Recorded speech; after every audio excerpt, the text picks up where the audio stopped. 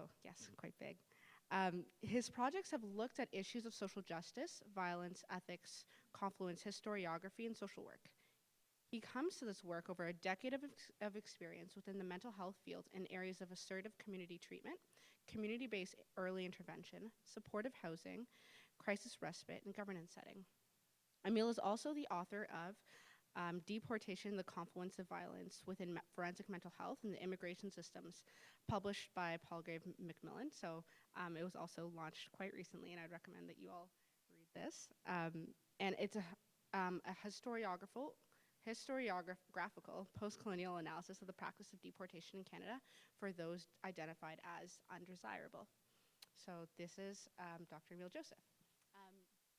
And then we'll kind of go after this to introduce all of the panelists, and then we'll kind of get the opportunity to hear from all of them and then have a question and answer period as well.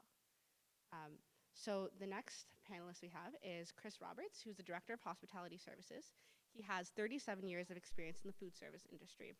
He spent those years in various aspects of the business, including hotels, restaurants, consulting, and higher education environments. He's owned several successful restaurants, worked for large global organizations as well as local small not-for-profits. His passion, experience, and knowledge are key in the high regard that McMaster University Hospitality Services has held. So welcome, Chris Roberts. And right beside Chris is Ben Buckley, and Ben Buckley is a third-year student in Arts and Sciences, and he's the incoming president for McMaster Hillel. And beside Ben, we have Joshua Dockstator. He's a member of the Oneida of the Thames First Nation in London, Ontario. So he attended Trent University and graduated with a diploma in Indigenous Studies. From 2006 to 2012, Josh worked for the Hamilton Wentworth District School Board as the coordinator and youth worker in the Nya-Way program that operated out of Sir John A. Macdonald's Secondary School. The program broke down barriers for First Nations, Métis, and Inuit students to reach their full potential and go to post-secondary education. During this time, Josh was involved in many areas of the FNMI and mainstream communities. He served as chair of the Hamilton Aboriginal Education Council and sat on the board of directors of St. Matthew's House and was a coach of the junior and senior boys basketball teams at Sir John A. Macdonald. He was also the owner-operator of the Big Chief food truck at Hamilton. He's married and a proud father of a 7- and 9-year-old. So if we could all give a warm welcome to these panelists.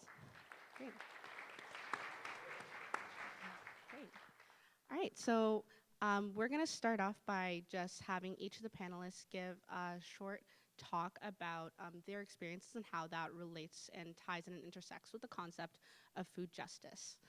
So we are going to start off with Dr. Ameil Joseph.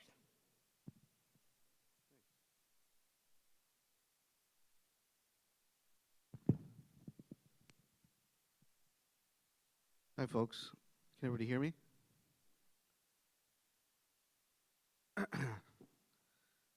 So when we talk about food justice, we're always talking about social justice, whether we recognize it or not. This can take the form of conversations about things like anti-hunger, food security, labor, sustainability, things like ethical food production and food diversity.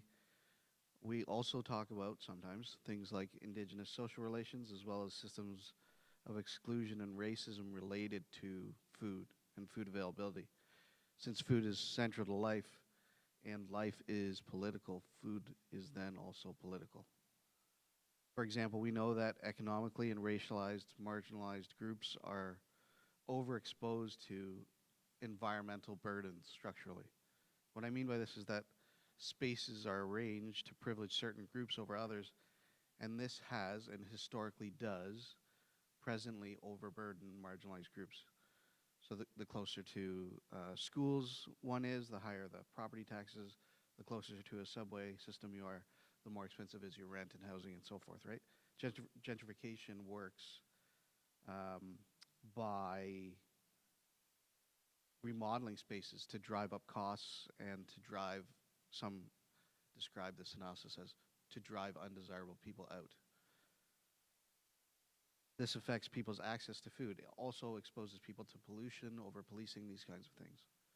A major issue within the food justice movement is how difficult food security becomes for historically marginalized groups. Access to culturally relevant food, healthy foods, they become structurally more inaccessible by virtue of how these systems of exclusion control spaces to ensure exclusion. These processes produce and reproduce segregation, and then there becomes a sort of disinclination for large grocery store chains to open in low-income locales, yet liquor stores, convenience stores, and fast food restaurants become abundant. The results are racial and economic segregation, low access to quality and relevant food, and the controlling of spaces through the politics of division. Now let's take that kind of snapshot, and look at our situation here at McMaster. We've heard complaints that things like kosher and halal foods are difficult to access, not only for students, but for catered staff and faculty events.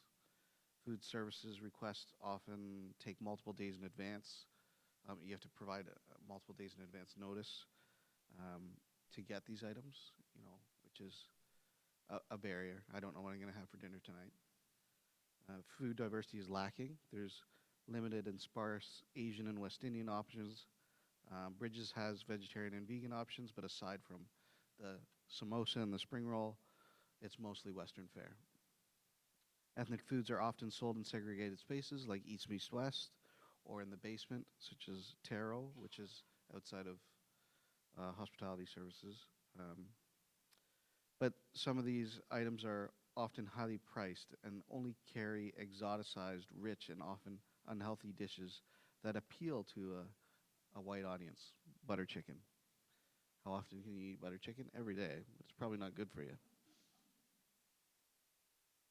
The versions of food prepared are often sort of culinary extrapolations of recipes that often don't resonate with the populations the recipes were appropriated from. And the food is very expensive on campus, and grocery stores are not necessarily accessible or safely walkable for many students. When raised, we often present the issue of equal or equitable access, and the response is often the high cost of specialized food for a few is the reason for not making these things more abundant or readily available, affordable, or easy to access. And some accept this, even with the sort of extreme suggestion that these kinds of provisions would sort of bankrupt food services in general. And this consideration attends to the high cost for the institution at the expense of a consideration of the high cost of food for students. The McMaster Bread Bin, which is the local student food hamper food bank program, is being used more and more as students struggle with the greater needs and the increasing costs. When halal options and kosher options are made available, there's often a valid mistrust that inhibits people from buying these items, as we all too often witness the halal color-coded tongs touching the other tongs used to handle pork in food services. Behaviors that people experience as institutionalized sanctioned forms of social disrespect and misrecognition. Why do we need to recreate the wheel? Why can't a Mediterranean or Middle Eastern food restaurant or cook whose culinary practices have actually been developed and practiced effectively over thousands of years offer halal food options here at McMaster? Just an example. Why is it that the Shoppers Drug Mart across the street offers more fresh food options and groceries than anywhere on campus at McMaster University? Why is there a shuttle bus that takes residents to Fortino's, but not one that takes students to Nations, an international grocery store with more affordable, ethnically and culturally diverse food options? Why can't a student get a loaf of bread, a bag of apples, a bag of rice, a roti, or a box of cereal on campus? So we're left with the same issues.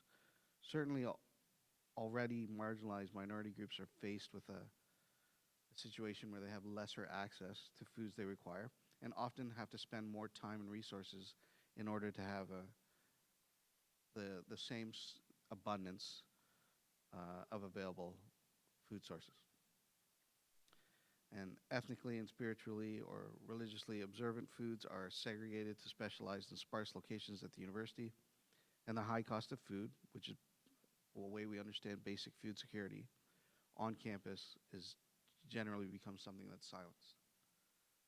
Recently, advocacy efforts have resulted in some changes, which Chris has been helpful and been a champion of bringing forward along with others. And so now we have some kosher products, including sandwiches and danishes available a few days per week. There's also a couple of new South Asian, Korean, and Jamaican options available if you can afford the $10.99 plus tax for it. And while we welcome these changes, they do represent represent significant changes over the last couple of years. But sometimes we worry whether this is an actual change or something that might be experienced as more of a setup, one that will result in an eventual reporting of low sales and a discontinuation of any kind of provision. How often can one only eat sandwiches or Danish or spend $10.99 plus tax on lunch? And currently the system as it is being sustained by advancing the belief that catering to a few is too costly. The more food services become diversified and accessible, maybe the more students from minority and marginalized groups will apply to attend McMaster, rendering it then quite economical. Perhaps providing more ethnic foods across campus will actually lower costs as more people have access to them. Maybe providing foods that people need, no matter what the cost, is the right thing to do. And if the current program can't deliver this, we need to change our program. This is and should be a university problem. It's not about particular vendors. These issues and their outcomes are not just about food as a commodity and its costs. We're talking about endorsing a rationale that provides for minorities as being too costly. Therefore, we should not pretend, or therefore we kind of pretend that they don't exist. We refute and ignore the knowledge that investing in inclusive, accessible, ethical service provision increases inclusion. We maintain an overall education system that is more difficult to access if you're a minority or a racialized or belong to a racialized or ethnic group. And we maintain this historical justified system of discrimination and oppression. We also kind of support a colorblind, or what people call, just a mentality that assumes that this is only about cost and not about something like race or class or creed, and only that cost matters. This is about historically sanctified systems and practices of discrimination that have been internalized and accepted as logical and rational, despite the long history of counter-knowledge and resistance. And these practices and issues send a message to the community. They articulate who's welcome and who is not. A system that systematically disadvantages a people by some identity category, we can talk about race or creed, is a discriminatory system. The results are racial and economic segregation, low access to quality and relevant food, and the controlling of spaces through the politics of division. Food justice is social justice, and attending to these issues is in no way separate from attending to anything that respects the project devoted to building